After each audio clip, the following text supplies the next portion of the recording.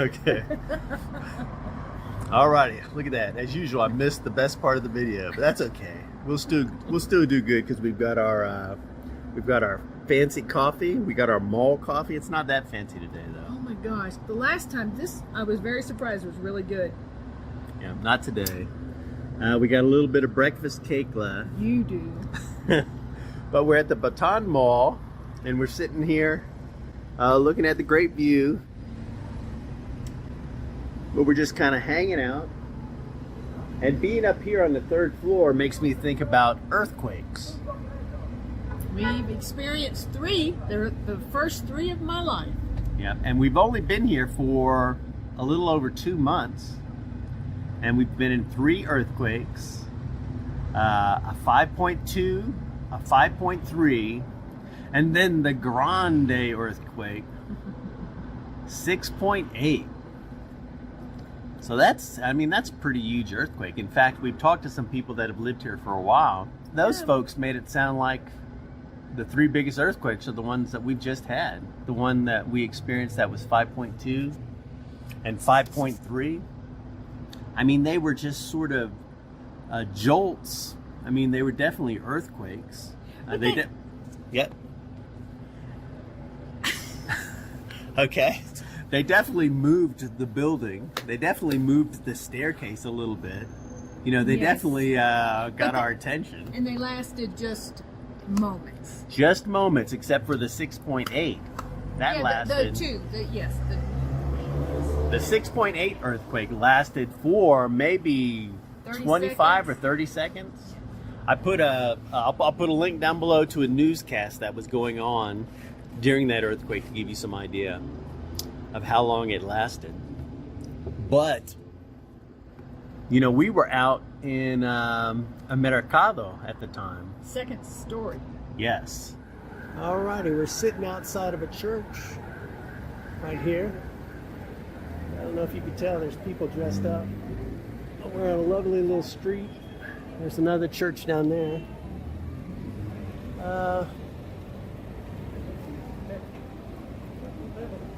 And we're right outside of the main mercado in town, which is the main market.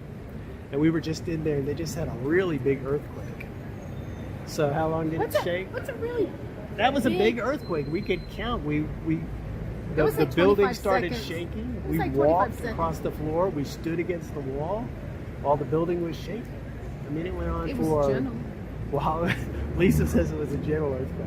But the building was shaking. And But it wasn't like boom and things knocking off the shelf. Well, no, the building didn't fall on us, but the building was swaying for quite a while. No, the building didn't. People started running around and hollering, and it was very exciting.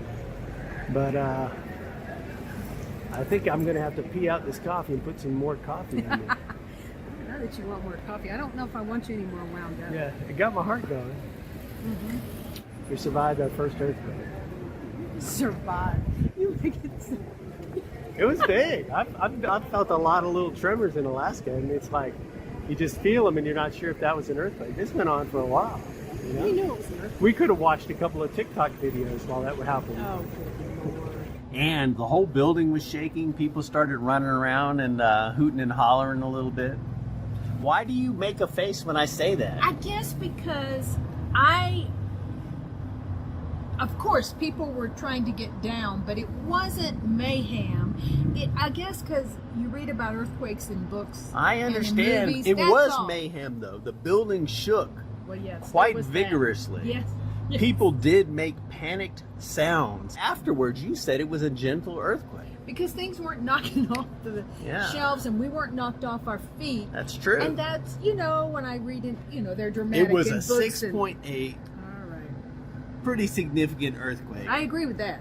Yes. Camera Girl doesn't think it was significant because afterwards we weren't standing in a pile of rubble. I said it was significant. It's like people who go to Florida and you think there's going to be an alligator on every corner. Yes. Okay, well, earthquakes, even though I know there's a reason, there's a scale, and there's numbers, I just thought all earthquakes are going to go and knock you off your feet. Exactly. And it didn't. Lisa was disappointed that the rock I wasn't disappointed. didn't fly in a helicopter to rescue us. That's what she was expecting. Well, that And, would. yeah, hopefully we'll never see anything like that. But the 6.8 was enough. And, you know, afterwards, everybody went out on the street. And in Cuenca, the damage wasn't that bad. I mean, it wasn't nothing like on the coast in Guayaquil, in a smaller town on the coast that experienced the same earthquake. The damage was much greater there. Here, I mean, it definitely did some damage that we're aware of. The lady that ran the Airbnb we were staying at the time, she came and checked out the apartment, and it was fine. But the neighboring apartment had some earthquake damage. The school where I was taking Spanish had to close for about a month while they had some repairs done to the front of the building. And that was just two things that we were aware of, just in our small circle. And we had the 5.2 earthquake probably a few weeks after that. And then we had the 5.3 earthquake.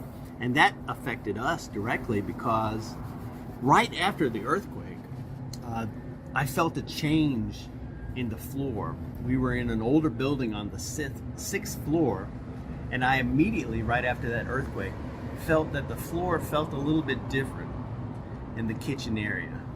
And then over the course of the next week, that feeling kind of evolved into an actual hump and crack in the floor, kind of an ongoing structural instability that it was caused the us concern. subfloor. Yeah, it wasn't just a loose tile, it was the subfloor.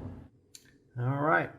I don't know how well it's going to show up, but we've got the floor tiles are starting to crack and raise in the kitchen area.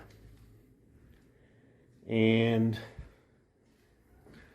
it seems to be growing, this little fault in the floor. It has grown every day since Sunday. On Sunday we had an earthquake, and it was 5.2. And when I came down here, I thought the floor felt a little unlevel. But you couldn't really see anything, and you weren't even sure if it had actually changed. But over the course of the last couple of days, it has grown into a larger fissure and crack in the floor.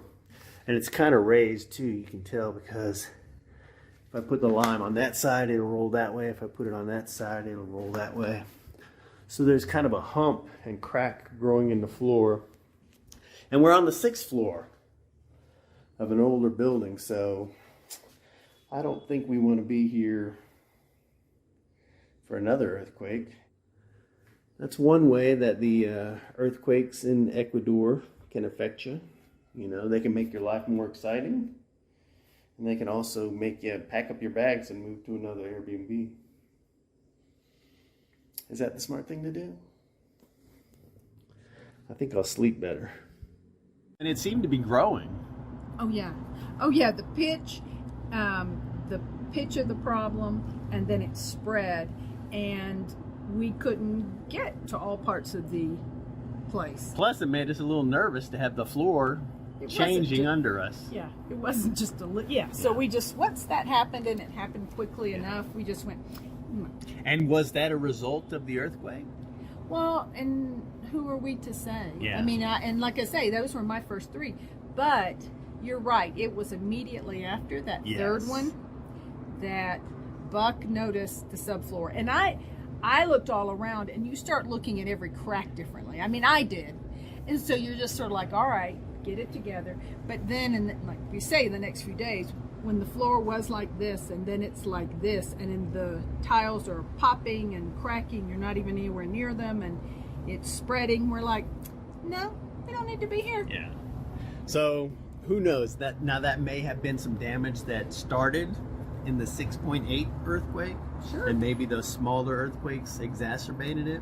None of the earthquakes we experienced were like in the movies, but they're definitely a little bit unsettling. But earthquakes are a thing in Ecuador. It's located along the Ring of Fire, which is an area of seismic and volcanic activity around the Pacific Rim, I guess. Or is that robots fighting?